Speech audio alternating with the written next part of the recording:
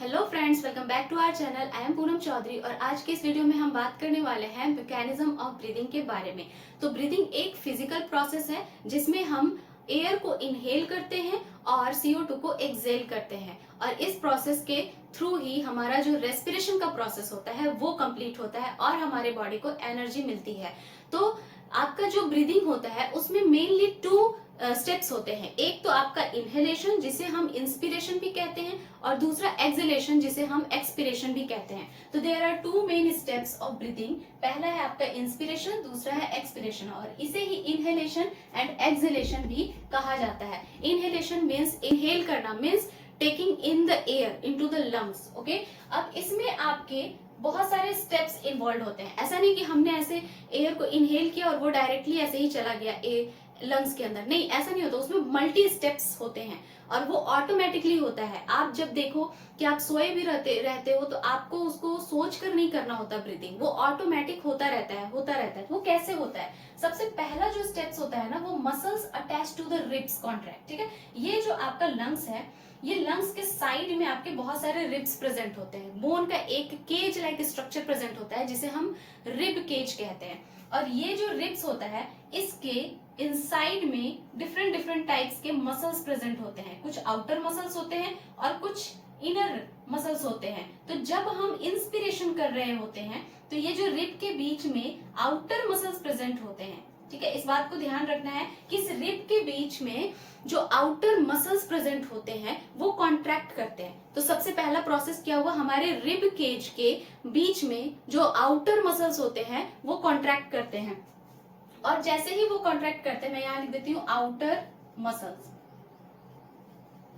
Okay, outer muscles contract करते हैं और जैसे ही वो कॉन्ट्रैक्ट करते हैं तो हमारा जो रिब है वो पुल आउट हो जाता है, एक्सपैंड कर जाता है। ओके, इनहेलेशन के प्रोसेस में जब आप सांस लोगे तो देखो हमारा जो रिब है या हमारा जो चेस्ट है वो आउटवर्ड की तरफ आता है। तो वो कैसे आता है? सबसे पहला काम हुआ कि हमारे जो रिब्स है उनका जो आउटर मसल है वो कॉन्ट्रैक्ट हो गया। जैसे ही वो कॉन्ट्रैक्ट हुआ हमारा जो रिब है वो आउटवर्ड की तरफ मूव कर गया। ओके, तो जैसे ही वो आउटवर्ड की तरफ मूव करेगा उसके बाद क्या होगा, हमारे चेस्ट कैविटी का जो एरिया है वो इंक्रीज कर जाएगा। ओके, उसके बाद आपके ये चेस्ट के नीचे, ये चेस्ट कैविटी के नीचे एक मसल्स प्रेजेंट होता है जिसे हम कहते हैं डायफ्राम। ओके, ये बो शेप्ड का मसल्स होता है जिसे हम कहते हैं डायफ्राम।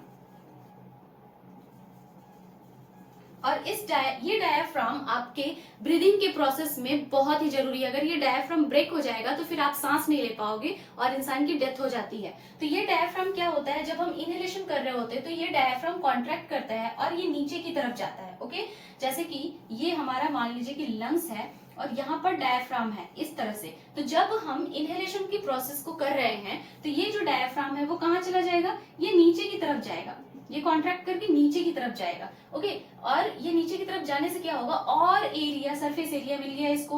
ओके, अंदर और वैक्यूम क्रिएट हो गया। तो क्या हुआ कि चेस्ट कैविटी एक्सपेंड, पूरा चेस्ट कैविटी एक्सपेंड हो जाएगा। सपोज दैट कि this is the chest cavity, this is the chest cavity. Okay, और ये हमारा डायफ्राम है, this is the chest cavity और ये हमारा डायफ्राम है जो पहले ऐसे था, लेकिन जैसे ही इनहेलेशन का प्रोसेस हुआ ये जो डायफ्राम है ये इस तरह से आ गया। तो इस तरह से आने से क्या हुआ, इसका जो एरिया है अंदर का वो बढ़ गया।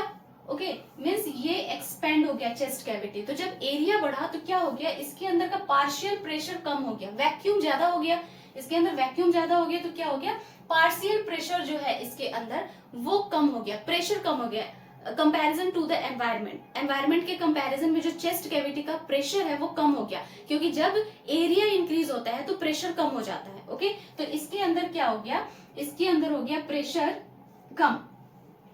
ओके, तो जैसे ही प्रेशर कम होता है तो आउटसाइड जो एयर प्रेजेंट है वो किसी भी आपके मॉलिक्यूल का ये नेचर होता है कि वो higher concentration to lower concentration में मूव कर जाती है।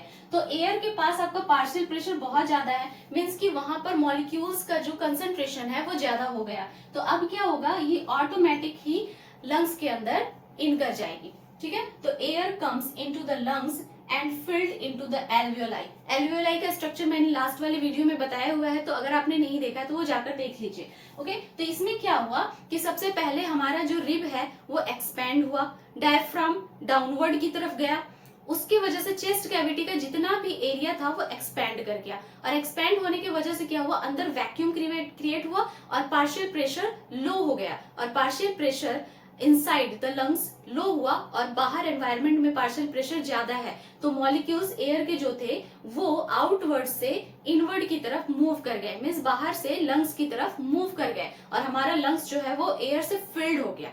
ओके, तो इस प्रोसेस को हम कहते हैं इनहेलेशन।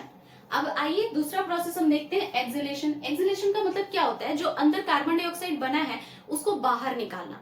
तो अब बाहर कैसे निकालेंगे हम, बाहर निकालने के लिए भी सेम इसी तरह से बहुत सारे प्रोसेस हैं। तो अब इसमें क्या होगा, सबसे पहले इनर मसल्स ऑफ रिब्स, इसमें क्या हुए थे कि आउटर मसल्स ऑफ रिब जो था वो कॉन्ट्रैक्ट कर रहे थे, लेकिन इसमें कुछ इनर मसल्स भी प्रेजेंट होते हैं इसके इनसाइड में।